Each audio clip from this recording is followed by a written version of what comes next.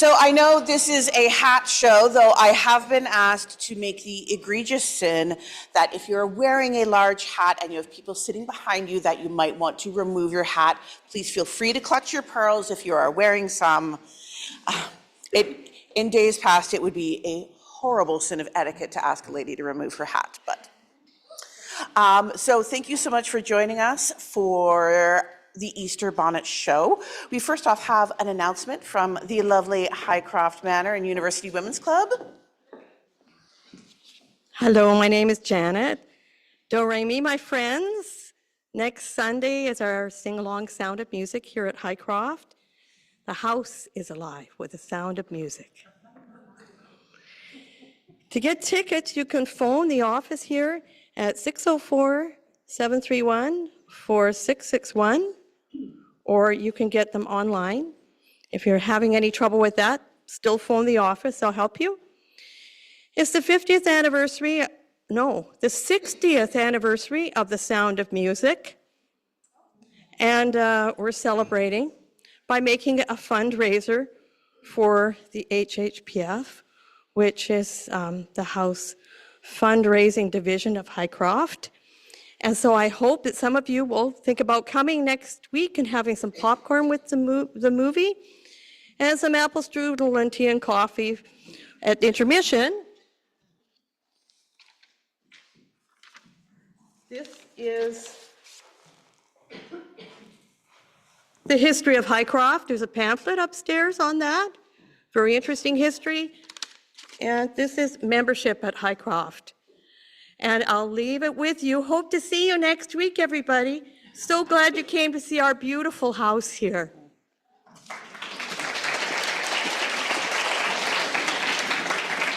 And now you know what to do with your leftover curtains. I'm glad some people got that joke. That's wonderful.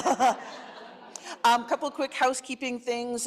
If this is your first time here, we have washrooms off to your right, my left, tea and coffee for you to help yourselves. The one thing we wanted to actually ask a quick question of you, our loyal audience, is because of gestures vaguely at all politics, the costs of things are getting much higher, including the costs of coffee and tea. As such, Highcroft has had to increase the cost for us for our coffee and tea service. So we wanted to do actually just a quick poll by a show of hands of, unfortunately, we would either need to stop the coffee and tea service for future events or raise prices accordingly to make up the loss. And we wanted all of you to ask you what your preference would be. So just by a simple show of hands, who would prefer to not have the coffee and tea service? The coffee costs $6 per person. So Yes. Add that to the ticket price. Much more heads now. And how many people would prefer we raise the ticket price? That's pretty unequivocal. Okay, good to know. We appreciate that. We want to keep all the tickets affordable for everybody. So, and we don't want you to be disappointed when you come here. So we really appreciate that. So without further ado, I will introduce our fabulous curator, Ivan Sayers. Thank you very much. I will just put you here. Thank you. Okay. So our program is a bit different today because we're dealing with hats, and we do have the stage, which means you can't see the hats because they're up here. So what is going to happen is the models will come out, they'll come up here so you can sort of see the hats, then they're going to circulate amongst you, and then when they're done, they're going to put the hats on the tables here. So you haven't missed out. They haven't been stolen. I didn't forget them at home. So that's what's going to happen. Normally also, because we have to build in time for the women to change, this time they're all going to wear the same outfit throughout the program. So what's going to happen now is I'm going to tell you what's in the display part, and then we'll stop for about 10 minutes so you can have a look. I'm hoping you've already done that. And then we'll do the program without an intermission in it, okay? Just to let you know. There are a few very tactful signs around that say, please do not touch. Thank you very much. I appreciate that. Okay, so we are a museum society, and it is important for you to understand that we have museum quality things. We don't let anybody wear anything that belongs to the society. The society's collection is an accumulation of artifacts. So for anything that's worn in the shows, either we have borrowed from the membership or some of the models let us use their own things. So understand that, please. The older things, we don't let anybody wear anything that's more than 100 years old, and we never use anything that is unique or one of a kind, essentially. Or even when we borrow, we only use things we have in multiples, so that we're not necessarily using the best. I don't mean to tell you you're getting mediocrity, because sometimes second best is pretty damn good. So please bear with us and understand why we do that. I wanted to make the point, though, that we do have accessible to us truly old things. So what we've got on the first table there is primarily Victorian and Edwardian. The oldest bonnet is from the 1840s. That's the little barrel-shaped one at the farthest end in that beige taffeta. I bought that from at an auction sale in London 35 or 40 years ago. It was in the collection of a woman named Anne Pham, and she was selling off her collection so that she and her husband could buy a tourist hotel in Bath. So that was the only thing I could afford to buy at the time, but I wanted it desperately. So letting you know that. The black one with the sweet peas on it is from the 1850s. I got that one in Powell River. It was with its original wedding dress, which was red and blue silk taffeta for a big hoop skirt. We have put them with the illustrations we salvaged from the Dress for History exhibition at the Museum of Vancouver 3 or 4 years ago now. So that's why I've put the pedestals over the dialogue, because it is, or the descriptions, because it's not relevant to the bonnet as such. But I wanted you to be able to see what the hats, bonnets should look like in context. Then we go through the 1870s, the 1880s, the purple velvet and silk one in the middle there is out of Klaus's collection. That's from Germany.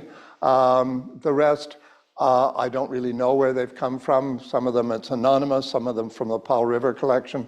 The little beige one that's on the back of the stand is meant to sit over a postiche of hair and trail down, imitating the ringlets falling down the back of her hairstyle, and that is to parallel the silhouette of the dress itself as well.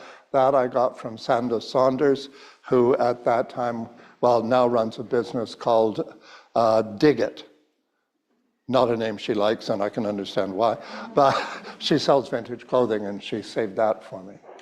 The two very big hats speak for themselves in a deafening way. They are very difficult to find, but they were popular when the skirts started to get really, really narrow, and as the skirts got slim, the hats got bigger. And if you want to fantasize to a certain extent, it's about, this is when the suffragist movement was getting so strong, women still couldn't vote, and the hat actually framed the face.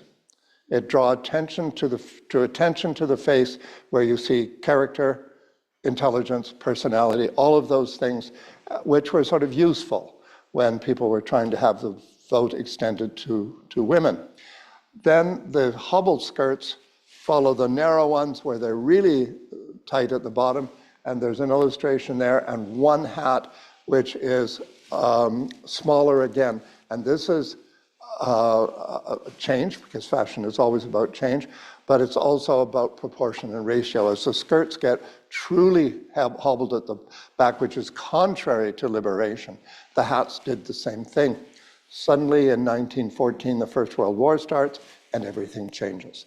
And just at the beginning of this table, you see hats which are ornamental, but they're really essentially functional. And that's their idea, and this is appropriate to the wartime. Okay, so I don't think we need to take a break because that was enough, and you've probably seen them. And if we can have our first outfit, please.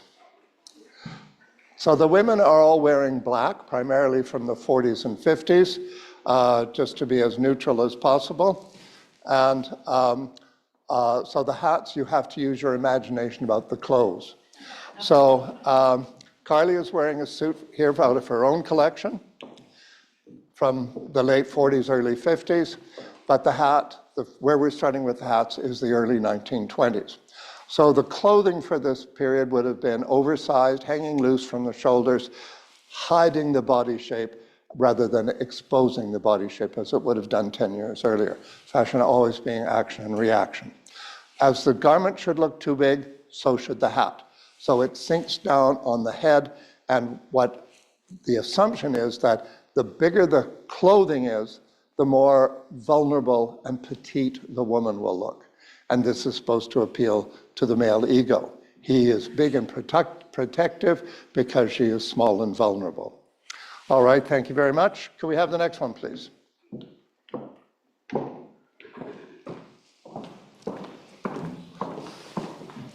Okay, can you pull it down at the front, please? They hear me over and over and over again. Down to the eyebrows. There you go. That's beautiful. Okay, so again, the dress would be oversized, hanging loose from the shoulders, and the hem probably just about to the ankle. And it's all straight up and down. The hat, again, this one is a horsehair, so it's theoretically it is real horse's hair, but by this time they're using synthetic. And it sits tightly to the head, and the big bonnet-style brim is there to make it look sentimental. The difference between a bonnet and a hat is that a bonnet ties on, which is totally inaccurate because there are hats that tie on and there are bonnets that don't tie on.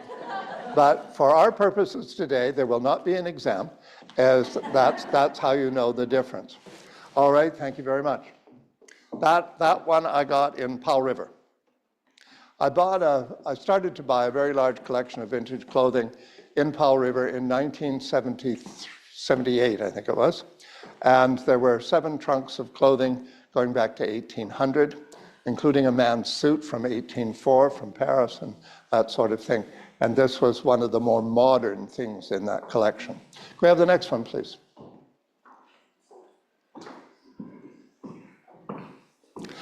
Cece's wearing another one along the same line. This is also, I think this one was from Powell River as well. So by showing you multiples, you can see the consistencies. So you'll all be expert by the time you leave today, okay? You can destroy conversations at many, many parties by knowing what I tell you. I'm an expert at that. So it's a combination of straw braid and horsehair, and then the braiding is all made into floral arrangements up here. Again, the bonnet style, sitting very low on the head. The crown should be small. They're trying to make your head look small, because the smaller your head is in relationship to the rest of your body, the more you will look like a fashion illustration. In reality, it's 1 unit of distance to 6 in the body. In illustration, it should be 1 to 8. Because they're trying to draw attention to the dress, because they're trying to sell the dress. Thank you very much.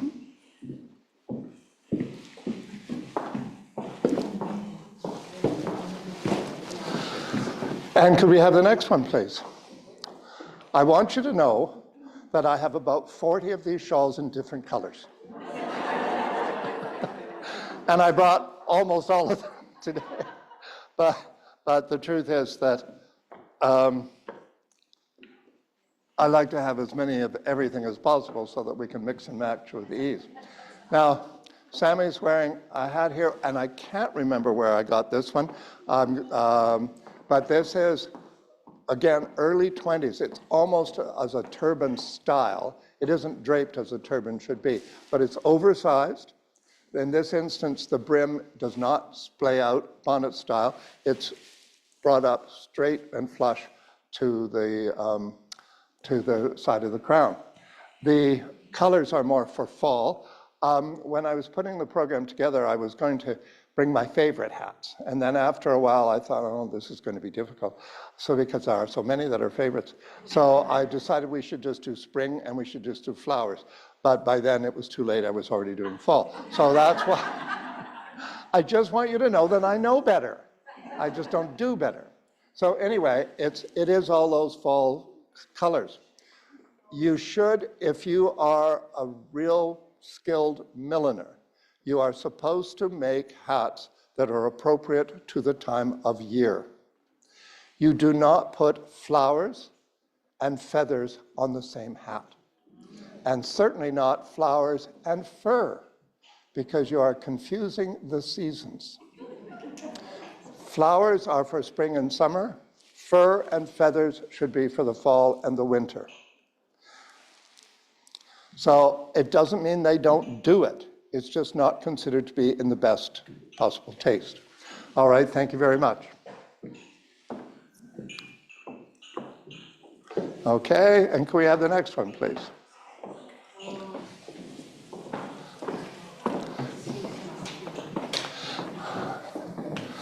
Now this one, I got this on Powell River as well.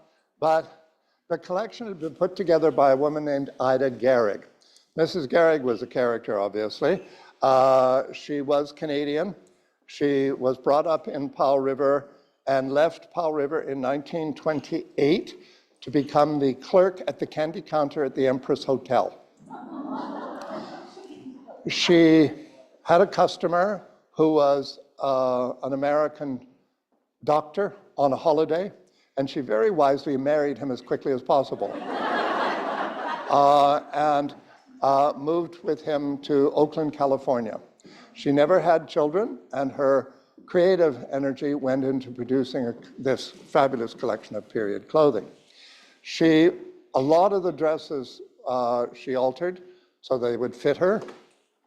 Not a wise choice. She was considerably larger than the dresses were in many instances. However, she also wanted to do complete outfits. I have some photographs of her wandering the streets of San Francisco looking rather clownish. However, she didn't always have a hat that would work, so she made them. This hat, which is actually made by somebody named Iris, or Iris, I think it's a European hat, but Mrs. Garrig, who was a sister-in-law of Lou Gehrig, the baseball player, apparently, fooled with it and had it all covered with feathers and flowers to get, oh my God, what a sin. Feathers and flowers and whatnot, so she could wear it as an Edwardian hat.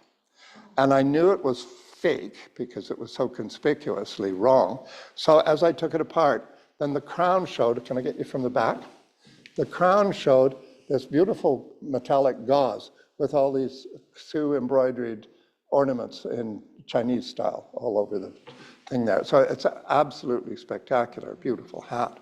All right, Tellison, if you can wander around, thank you very much. So it's one of my favorites. Klaus feels that Iris is a German hat maker because there are references for her, and I totally disagree. Because he's not getting that hat. Could I have the next one, please? There has to be a share concept.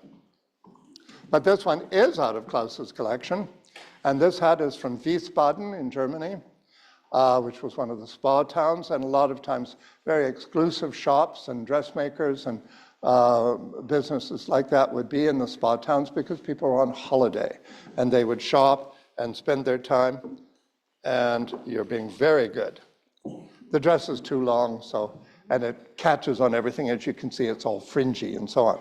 But again, early 20s, the crown just a little bit big, beautiful wide brim again, and this spectacular ornament here of artificial flowers. The dress is a rayon crepe. It belonged to Phyllis Turner, who was in the 1940s working for the federal government in Ottawa and she was working for the Wartime Prices and Trade Board, and her territory was the amount of fats, especially butter, that were allowed for each household in Canada. So that was her career at the time. She was also the mother of John Turner, who was later Prime Minister, and she was the, later on, she was the wife of Mr. Ross, who was Lieutenant Governor of British Columbia, and we have quite a few of her dresses from the time of that authority. So the dress is a great dress, and a bit somber for such a fabulous spring-style hat, but you can understand how that hat stands the test of time. It's one of those hats that you really would have a hard time dating if you didn't know the history, because it's still a highly wearable hat. Thank you very much, Virginia.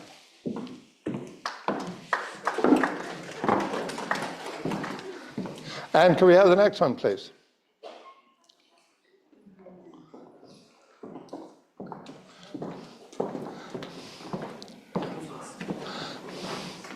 So now we're getting into the 30s.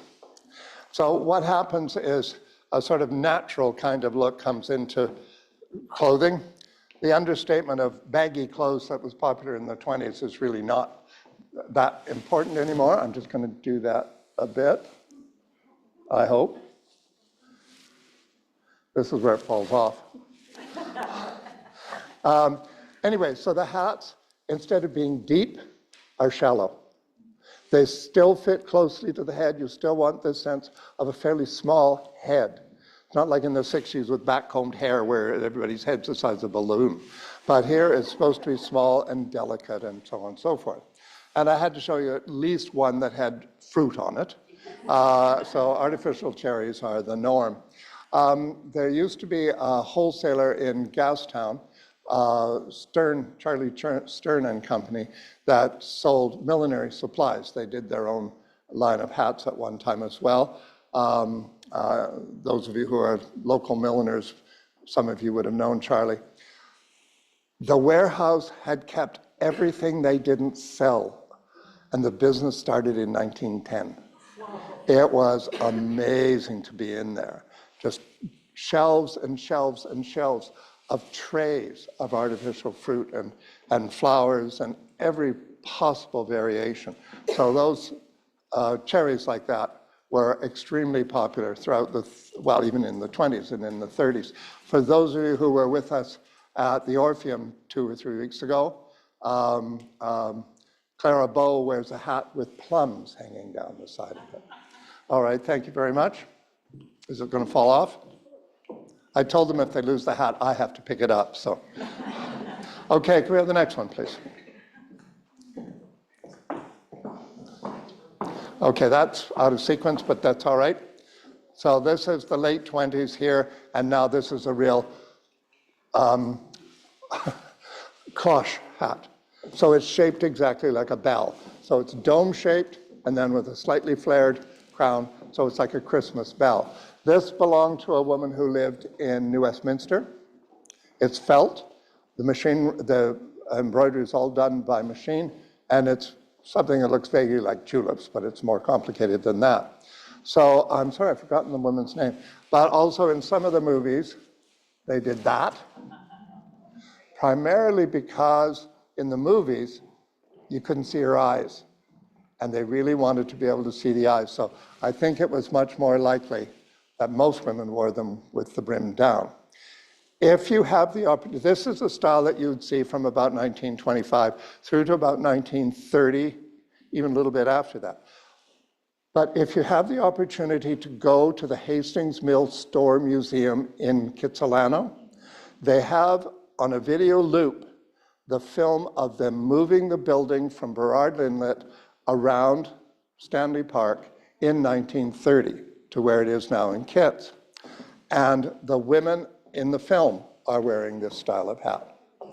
So I forget when it is we're doing a talk there, but we're doing a talk about the sort of international elements in fashion in the April 11th.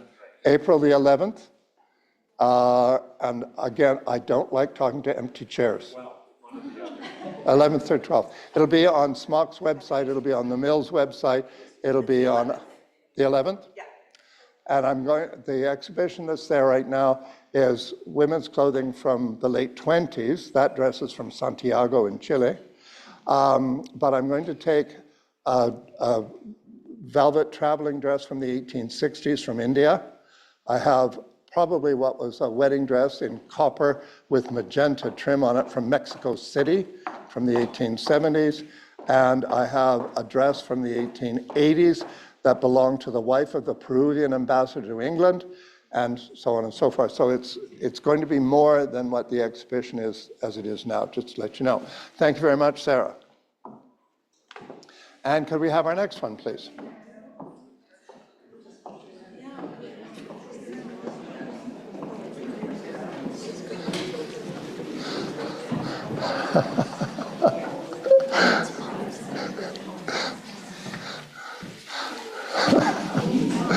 Okay.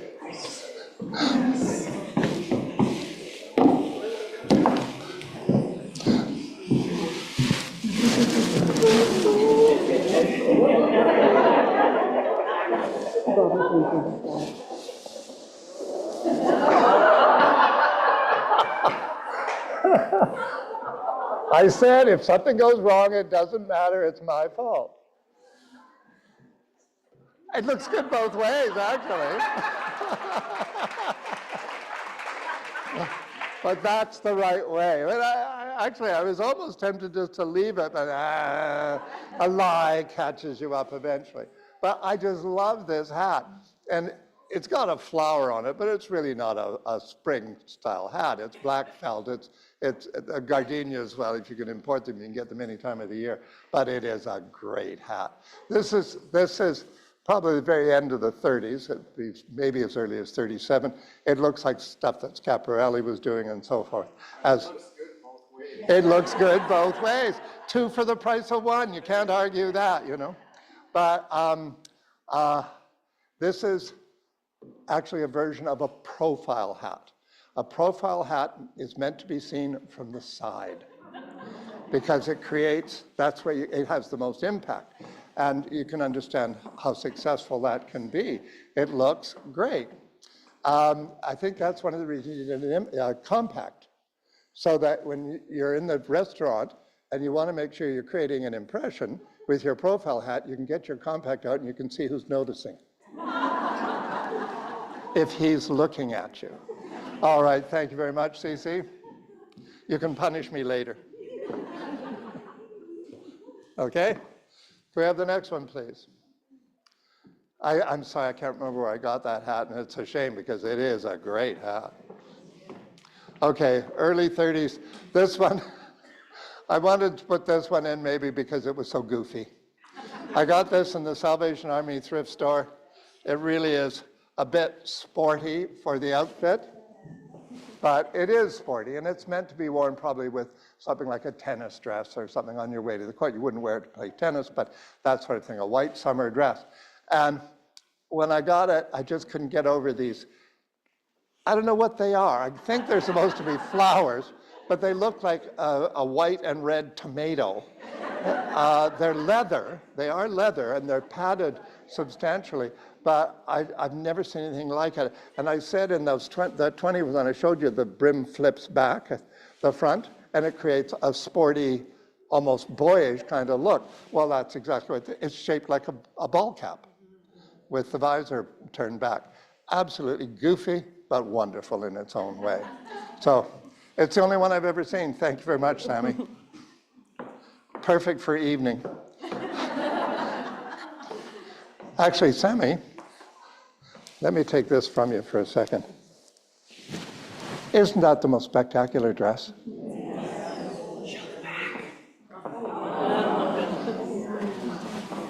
It's just, Klaus got it from a friend in Germany. It's actually not a European dress, but long sleeves, covered up, sexy as can be. Can we have the next one, please?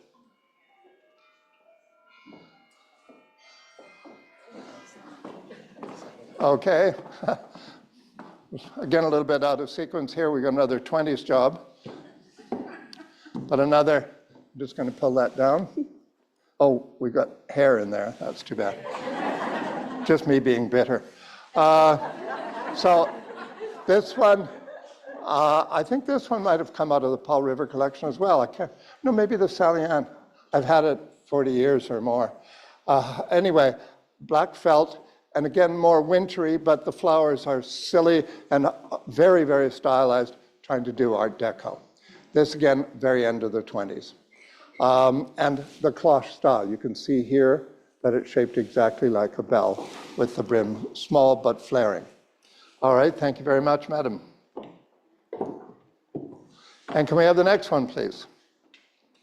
They're working hard for me today.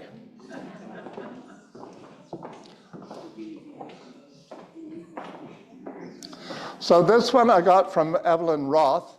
If any of you knew Evelyn Roth. Evelyn, when I first met Evelyn, she was working in the Special Collections Division at UBC Library. And what have we got here? No, I'm going to just change it just a tiny bit. And there. There we go. Okay, complete with tag. Now, that tag was there when I got this hat. Evelyn was working in special collections at UBC Library. And Evelyn was designing clothes and art pieces and events and so forth. This is the late 60s, on her own as an artist, and eventually did remarkable work at the art gallery and all sorts of things like that. She's now in her 90s and still produces artwork and so on and so forth. Evelyn used to have garage sales, and she had a box of hats like this from the late 20s into the 30s that had never been worn. And so I was a poor starving student at the time, but I spent all my money, even my beer money, on hats. So that's why it's brand new. But this is probably about 1931 or 32. Again, as I said, shallow, close to the head, but shallow rather than deep, which was kind of useful in the 30s because it meant you could take a 20s hat and cut it down. You couldn't do that with the dresses because the dresses of the early 30s took more material than the dresses of the end of the 20s. So for the industry, that was an important bit of planned obsolescence to force people to buy new clothes if they wanted to stay fashionable. Longer hems. All right, thank you very much, Virginia. Nice hat, though. I like that. Can we have the next one, please?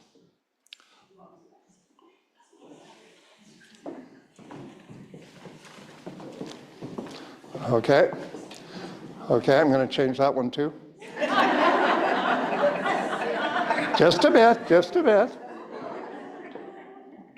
Could you imagine being married to me? Mind you, you'd have beautiful clothes, but you'd have a lot of criticism. There we go, a little bit. That's more like it. Huh. Okay, so this is wartime 40s, more or less. And again, it's a profile hat, meant to be seen from the side. It's tiny. As you get into the war, if it's going to be fancy, it has to be small, so that you can share the trimmings that are available. Throughout North America, if you wanted to buy flowers or other ornaments to put on a hat, you couldn't get them anymore because they used to come from Germany and Japan. Sound familiar? Bought gas lately? Sorry? And Czechoslovakia, continental Europe anyway. And you know, if there's a ship coming internationally, they're not going to bring artificial flowers. They're going to bring food or soldiers. That's the way it works. So anyway, oops, it's causing me grief here. What is it doing? Now this is where I put the hat pin in and I say, don't bleed on the dress. No, we don't do that again. Okay, that's better. In Britain during the war, women didn't have any limit on how many hats they could buy. You had to use coupons, but you could use all your coupons and buy all the hats you wanted. you could only buy one pair of shoes every so often and one coat and so on and so forth. But you could buy all the hats, and that's because the British government thought that hats were so important to the morale of women in Britain. They made them available. And they are spectacular. I mean, all these hats from the war, regardless of what country they've come from, are wonderful. The color is a good, important part of the decoration here, as well as the flowers. Thank you very much. And can we have the next one, please? Oh, we're bouncing around. We're back into the 30s again. Okay. There we go. Let's see. Beautiful. Oh, it's acting up. There we are. Okay. This hat is, again, early to mid 30s, shallow crown, big sweeping brim.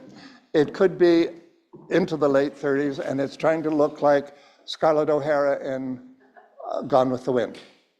So it is one of those sort of nostalgic elements in fashion that comes up frequently, and certainly throughout the 30s and into the war, there was this sense of revival from earlier style periods.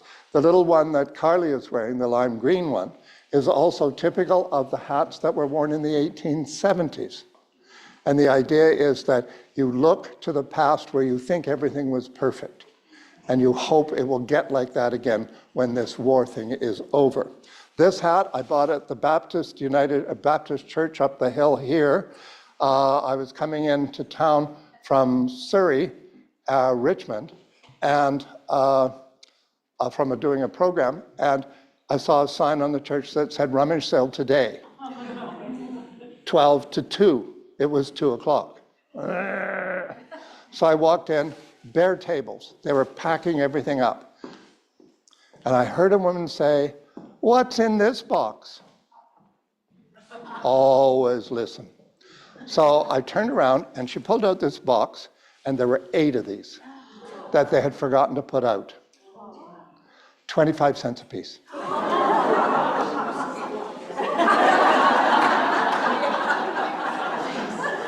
Smart shopping. All right, thank you very much. It's a great hat. And these big picture hats are elegant. They're beautiful things. Can we have the next one, please? I told them that if the hats came out of sequence, it didn't matter. See, what I've done is I brought so many hats to show you that it confuses you. So if we screw up, you don't notice. That's the plan. This one, I think, might actually be a hat from Mr. Stern's store, because I have one of the hat blocks, which is essentially exactly like this. Thank you. So it's a little miniature top hat sort of thing. And it really is, again, probably for fall or something like that. But it's, again, it's profile hat, but it's a great, great hat. We have been using this hat in fashion shows for over 40 years. And it's still one of my great favorites. It's small, so it can be fancy. The plainer hats, the bigger hats tend to be plainer. So what you lose in volume, you make up for by not using as many ornaments. So this is a sequin brim here, and then rooster feathers across the back. Not imported feathers. Rooster feathers come from any farm that has chickens. All right, that dress is from California. It was made by, what was her name again, Cliff? Bess Schlank.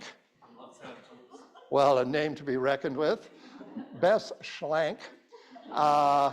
She made quality clothes, really good things. I've only ever had 2 of them. And this dress was in really bad shape when we got it. So we had it completely rebuilt and cleaned and everything. It had been used for theater, and it was a mess. However, part of the thing that's sort of interesting is this little cape thing. So yeah, see that? So this is 40s, wartime 40s, short A-line skirt, princess line through the body, lots of shoulder pads in there. Bess Schlank, I knew somebody, I don't remember who it was, but I knew somebody who had shopped at her shop in California. And she said, oh yeah, she was notorious. She'd get the husbands away from the wives. And she'd entertain them in the back room while the women shopped so that the husbands couldn't interfere with what they bought. Thank you very much. It's got fringes in all the right places. Can we have the next one, please?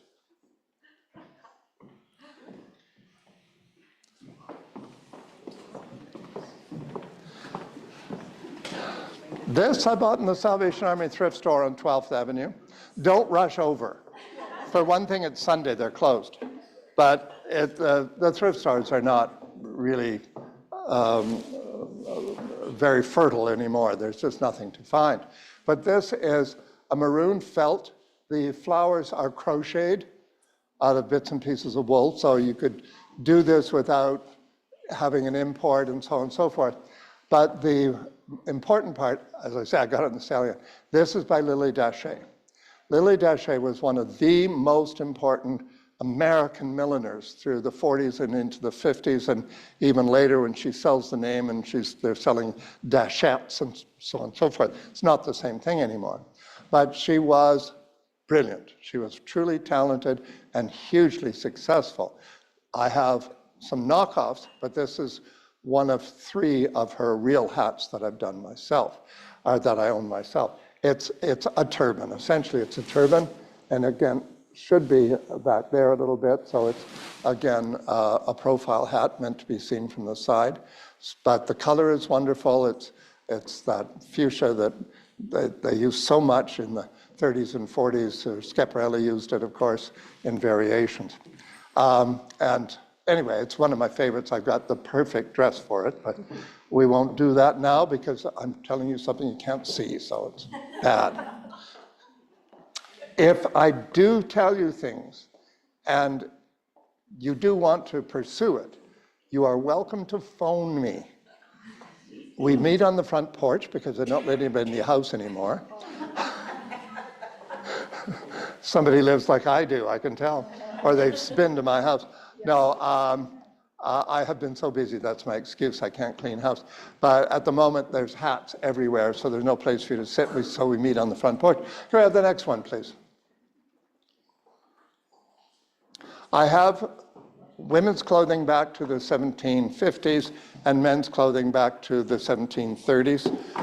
Well, some of you came to our last lace thing and you saw some of the lace that we have. And there's a lace display upstairs. I don't know if it's accessible today on the second floor, dating from 1560 up to the 1930s. So please go and have a look at that if you have the opportunity. This one is by Mrs. Ross. Mrs. Ross was a Vancouver milliner, and this was probably made for a bridesmaid to wear at a wedding or someone who is part of the wedding party. It's another horsehair braid. This is probably about 1950. It's hard to say because the style is really a classic, and it is appropriate for us today because it's all decorated with little tiny miniature daffodils. All right, thank you very much. And can we have the next one, please? Okay, we are really out of sync now. Okay, another one of my favorites. So I wasn't going to put this in, but it was sitting there feeling sorry for itself, so I brought it anyway. Because I think this is so smart. And again, if you were making this hat today, it would still sell. It's our ultimate spy hat. It's felt, and we'll just do that a little bit there if we can. Yeah.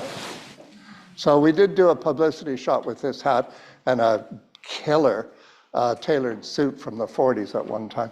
Anyway, the style is anywhere from the late 30s into the late 40s, a variation of a man's fedora style of hat. It is a classic. It's a beautiful hat.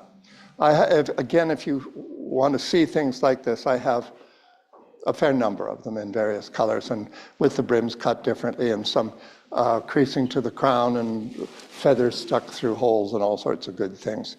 If anybody wants to start a millinery career. All right, thank you very much, Virginia. And can we have the next one, please?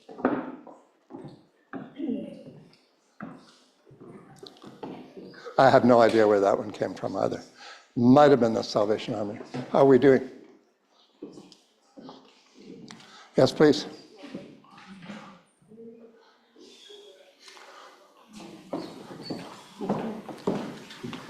Okay, late 40s, early 50s, that variation all over again. But I'll get you up here because I want that straight.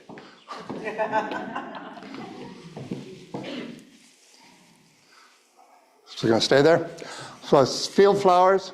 Field flowers are poppies, daisies, and bachelor buttons, and whatever else, but essentially that, and violets sometimes. But so it's supposed to look country and simple and charming, and it is. It's a great hat. And that, again, I think that one was the Sally Ann thrift store. Okay, this is late 40s, early 50s, into about 1956 even. And could we have the next one, please? I know I'm going fast, but there's still more. Okay, now this is wartime 40s. This one I like because Schiaparelli did stuff like this when she was doing her circus line. You know, the horses with their big feather plumes on the head? That's a great hat.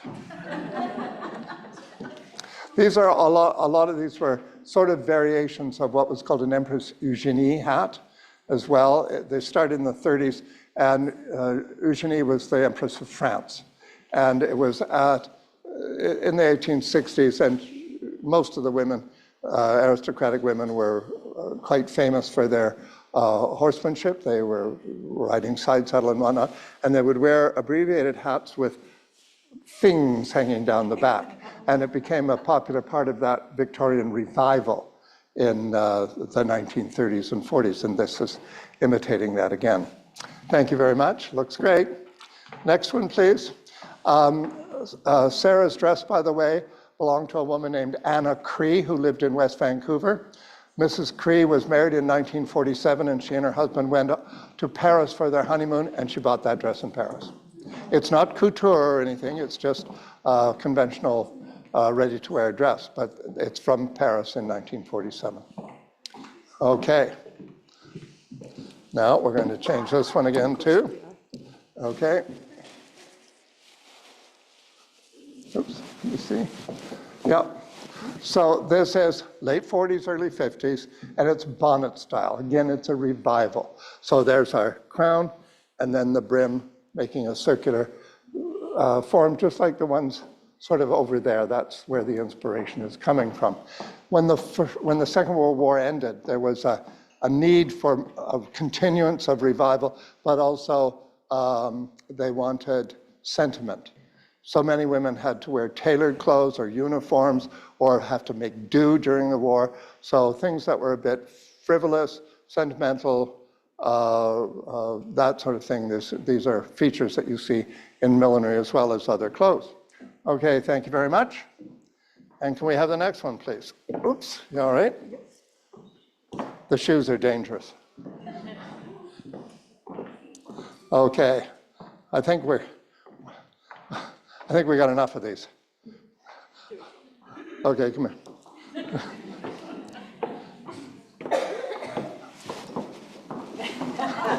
Okay, so again, this is, these are hard to date. This could be anywhere from about 1935 to 1955. They look like little old lady hats, but that's because we associate them with little old ladies, because that's the last time we saw anybody wearing them, when these women were already 90 years old and they were still wearing their favorite hat. So, but it's a successful style. Okay, I think we got enough of these. If we need the big fluffy ones now. Thank you, Sammy. Can we have the next one, please? Oh, no, okay, we'll do this one, but no more of these old ones. I just want the big flower pot ones. Thanks. Okay, this one is again late 40s. It could have been wartime, but I'm sure it's not. This one always reminds me of the hat that is worn in Witness for the Prosecution. If you know the movie, the victim is in a hat shop trying on hats where the villain peers through the window and sees her and he's an attractive young man, and she's past her prime, but she's still attractive. Anyway, he gestures to her that this is the hat that she should buy. So she buys it, and she's completely charmed by him, and then later on he kills her. So be very, very careful when you buy hats. But this one of the reasons I think this is likely post-war is this extremely absurd column of flowers sticking straight up. It's post-war in that it's so frivolous, but it works well. All right, thank you very much. And can we have the next one, please? I hope we're just into the big flower pots by now. Oh, okay. Okay, just a minute. Let me just see what's coming next. I brought about 100 hats, by the way. Is this? Okay, yeah, I don't want any more of those. No, just straight to the big 60s. Okay. Okay, now this one, this is by a woman named Beth, something or other. Remember the rest of her name? It's out of New York. This I got at the Sally Ann, and I wanted it in because it has a snood attached to it. And if I didn't put a snood in, every one of you would feel I didn't know that, and you'd have to come and tell me. So to save you the trouble. Now, it's a bit loose as a snood, but that's what this baggy thing is back there. And this is also a typical war sort of expediency in that you can cover up hair that you can't tend to. If there's a war on, you're home alone, you might have kids, you've got a wartime job, you cannot fuss with your hair, especially in those days when it meant pin curls. So you can do that, but you wear a turban over the curls to let them dry, or you have a snood at the back so you can cover your hair all up as much as possible and it still looks smart. It's a great hat, and these snoods are rather hard to find, actually, to tell you the truth, because I think they dated so much, people got rid of them after the war. All right, and this is more appropriate with this dress. Thank you very much. Okay. Now, let's see, what have we got next? Okay, yes, please.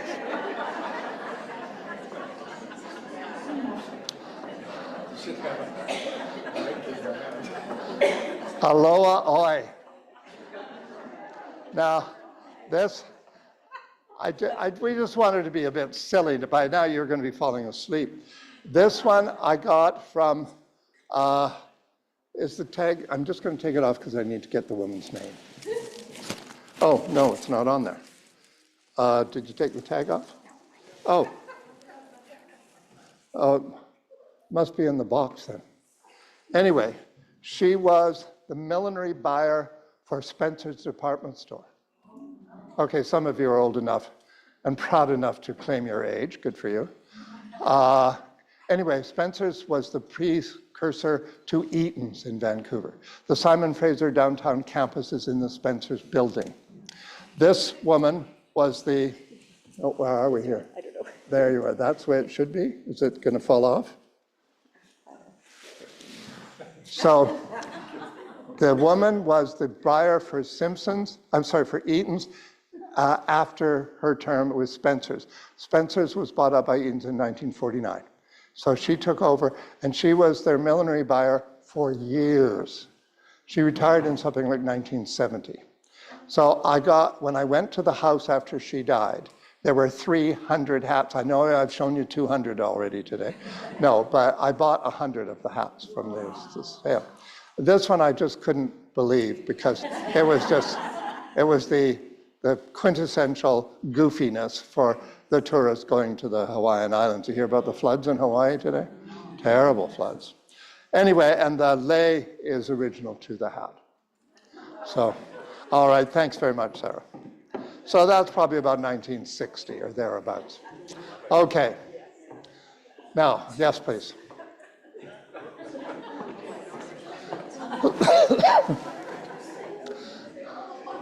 Okay.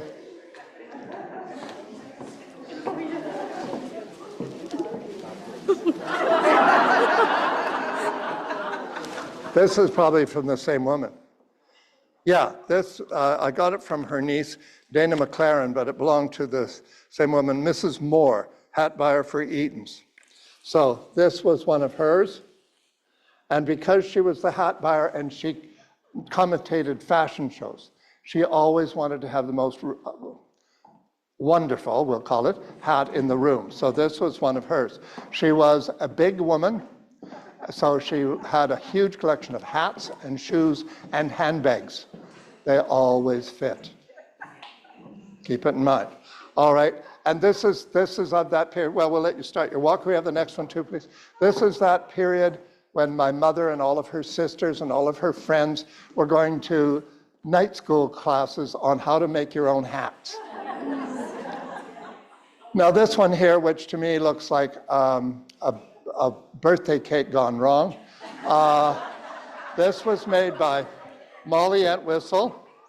Molly Entwistle was the most important milliner in the city of Vancouver from about 1958 to about 1972. There had been quite a few other milliners and very good ones, but Molly was tenacious. I don't know that she made a great deal of money, but she paid her rent or she owned the building or whatever, but she was the milliner to go to for wedding hats and that sort of thing. This one, I got this not that long ago. I was absolutely dumbstruck because it was the most peculiar combination of colors and textures imaginable. It is, let me see, one of her features, I'm going to take it off from you. One of her features was she put one of the flowers inside the center of the crown. That was her sort of signature thing. So, and Molly Entwistle. Now, Molly was, the first woman in Canada to be decorated by the military during World War II. You'd never know it to look at her. She seemed quite sort of regular, but she had been with the Canadian Forces in Montreal and was in the hospital recovering from an appendectomy. It was New Year's Eve. The staff, it was Quebec, they were downstairs having a glass of wine, champagne, I hope, and Molly woke up from the anesthetic and detected smoke. So she got out of her sick bed and sounded the alarm and started the evacuation. So the Canadian Army gave her their first medal during World War II. That medal is now at Government House in Victoria as part of their display. Can we have the next one, please?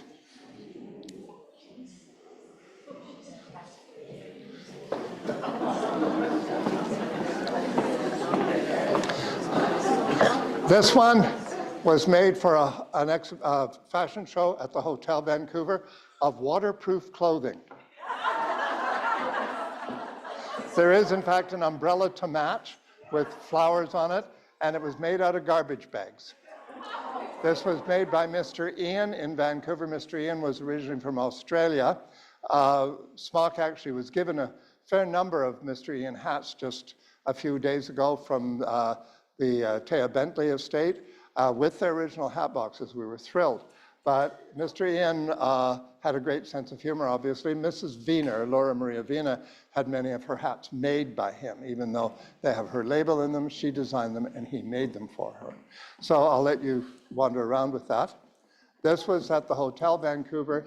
I got this from a woman named Jo Aitken who modeled it in the fashion show and loved it so much she had to have it. Mr. Ian, unfortunately, was wandering home from one of the gay bars in Vancouver in the middle of the night, and he was attacked by a bunch of thugs, and he lost an eye. Mrs. Wiener felt that he didn't die that night, but she suspected he died of the injuries a few months later, but someone else told me that he just left the city and moved to the States because he felt it was unsafe to live here anymore. Can we have the next one, please?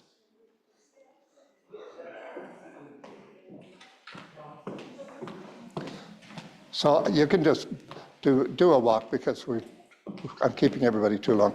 So this I got from Cherry Miller. Cherry Miller and her friends ran a thrift store on Fraser Street. And I just love the hat. It's black, so it looks a bit dour, but it's all roses and everything, and all handmade flowers and the framework as well. Cherry's daughter, the Button. What's her first name? Anyway, Cherry's, doesn't matter, I guess, but the shop Button was Colleen, thank you very much. Colleen Miller was Cherry's daughter, and if anybody sewed in Vancouver at one time, you had to know Colleen. She had the best button shop in the world. Can we have the next one, please?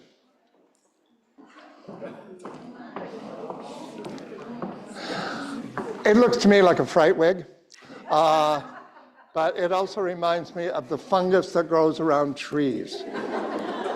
But it's pink, and I got this from Mr. Cohen that used to own the architectural antique shop on Main and 7th Avenue. And somebody had sent in a whole bunch of these hats with some of the furniture that Mr. Cohen had, Eric Cohen, had fished up from somewhere. And so he gave me this hat along with 2 or 3 others. It's just amazing. People look at it and go, I'm not putting that on my head. Can we have the next one, please?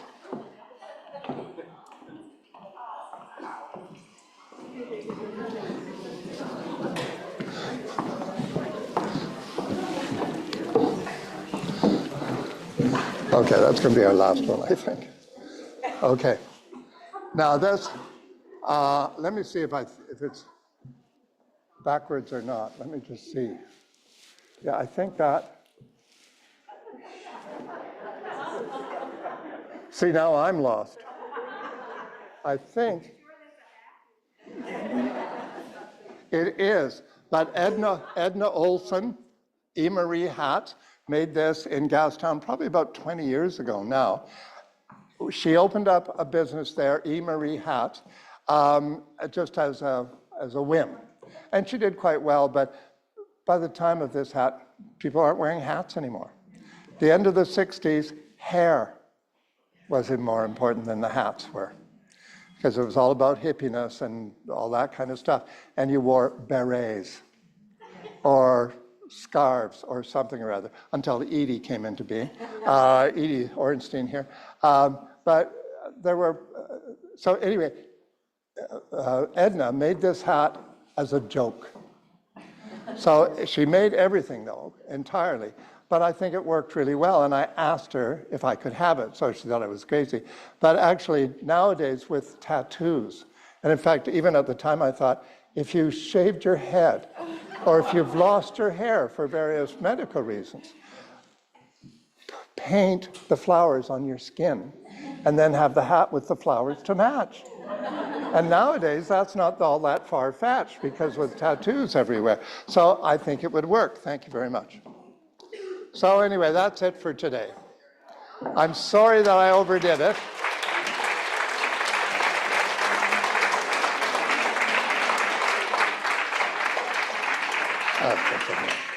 Oh, yes, of course. Virginia, yes, by all means. That one is important. Thank you very much. Yes, this one was an important one.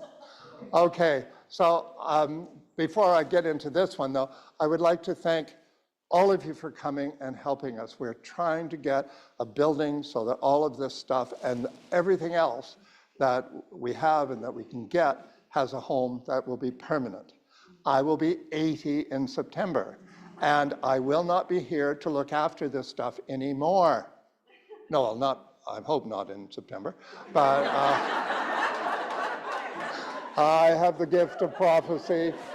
Anyway, but the truth is, these opportunities are going to get fewer and fewer and fewer. So somebody has to help us. And we have an excellent board. We just got another check today from a grant proposal. So things are happening. We did a major contribution to the Virtual Museum of Canada last year. We are doing things. The Museum of Vancouver has had Klaus and I do exhibitions there, and Melanie Talkington as well, do exhibitions there. So we are doing things. Angela at the Italian gallery as well, the Italian Cultural Center. So, but we have. Did you hear that? We got that? So I don't want you to think that's enough. So if you have family you don't like, leave us your house. It will make them really, really unhappy. There's all sorts of ways to get even with people. Be happy. Be happy is the best way. So anyway, so I want to thank the board. I want to thank you. I'd like to thank the University Women's Club for allowing us this opportunity, and their staff here, which is fabulous. I wanted this one in because this is by Grace Spencer. And where is this Miss Spencer's granddaughter? Would you please come up here? So this woman phoned me a few days ago, and she said that she was, up here please, that she said she was the granddaughter of Grace Spencer, great-granddaughter, and she very sadly told me she only had a few hats and one hat box. Yes. Oops, sorry. There's another hat for you. Oh, I know, what a guy. Here. Excuse me. The ponytail might be in the way. That's all right. Okay, well, it won't stay there because you've got too much hair. Okay, there you go.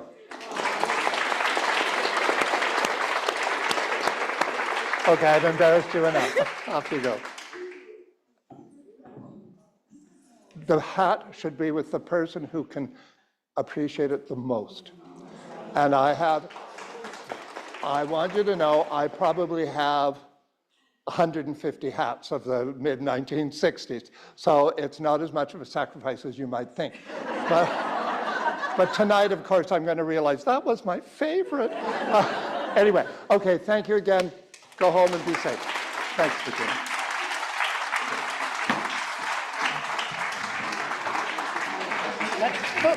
Before you go, sorry, sorry, might I take 2 more minutes of your time before everyone heads out? I wanted to take the time to thank Ivan for the fabulous presentation and the models for moving faster than I've ever seen them. Trying to get through, you should see how many hats are back there. As Ivan said, we are working on digitizing the entirety of our collection, which is a massive undertaking. The $15,000 check was one of our first grants from the province, and we also could use your help.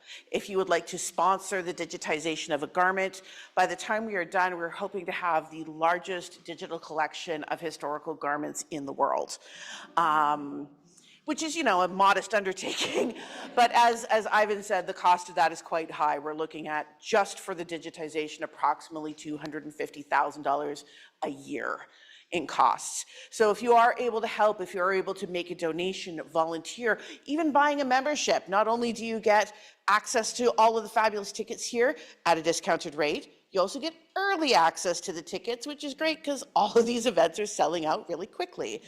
You get access to our newsletter, updates on what we're doing, and we would love to have you be part of the SMOC family. So if you would like to make a donation, purchase a membership, or just find out more about what we're doing, please visit the table here. And yeah, big round of applause for Ivan and all the fabulous models.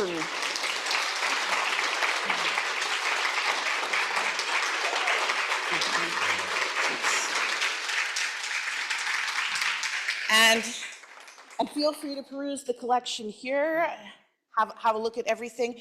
And as we said, we have an antique lace collection on the second floor, which also comes with an audio tour that has been narrated by Ivan, but it's a digital voice. So it's not his voice, but they are his words. So thank you so much, everybody. Have a great night.